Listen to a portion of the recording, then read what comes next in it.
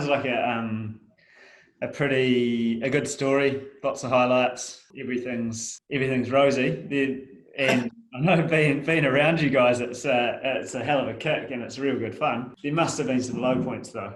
There must have been some points where you were just... One of the low points, but it hasn't been many. Like, we sort of view low points probably a lot differently than most people. Like, yeah.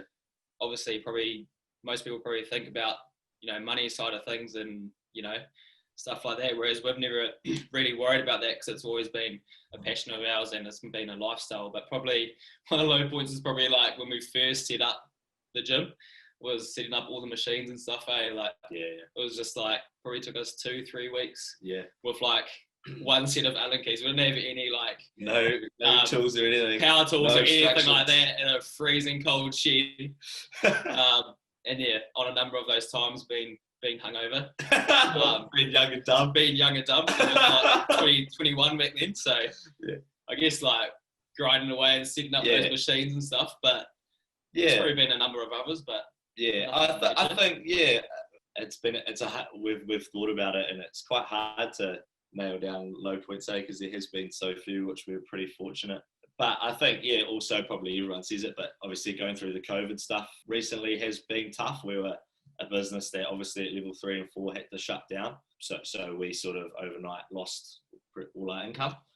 So that, it was cool to see not only us, but our staff as well take on that challenge and find new ways of being able to engage with our members and stuff like that. And we're very fortunate. We have a very cool community and membership base there that are really supportive. And we try to be a bit different. We try to know all our members by names and really find out, what's going on with them and stuff like that. So it definitely was a bit of a challenge during lockdown, but we were pretty fortunate to have some good members behind us and managed to get through and open up pretty unscathed. So I think that's a good thing about having like a good team as well. Like, we adapted pretty quickly.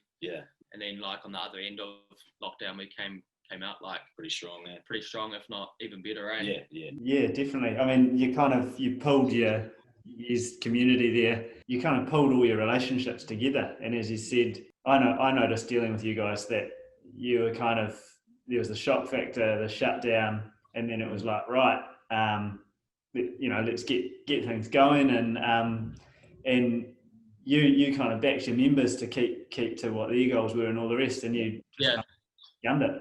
Pretty awesome. And we pretty much did that pretty much right from week one. It's just like straight into it. Which was I think everyone appreciated that. We were probably pretty fortunate too, on the other side, we were pretty unlucky we had to completely shut down, but then pretty fortunate we're sort of in an industry there where we could like run online classes and part of what we do, personal training, is being personal with a lot of the members. So we were to some extent able to keep that up and keep them on track and obviously motivate them on the other end to get straight back into it. And we've probably reaped the rewards from that on the other end as well, which has been cool. And then just to add, you guys have, I mean, you weren't backwards about coming forwards saying you're the 24th and 25th fittest in the country. Just to perspective as well.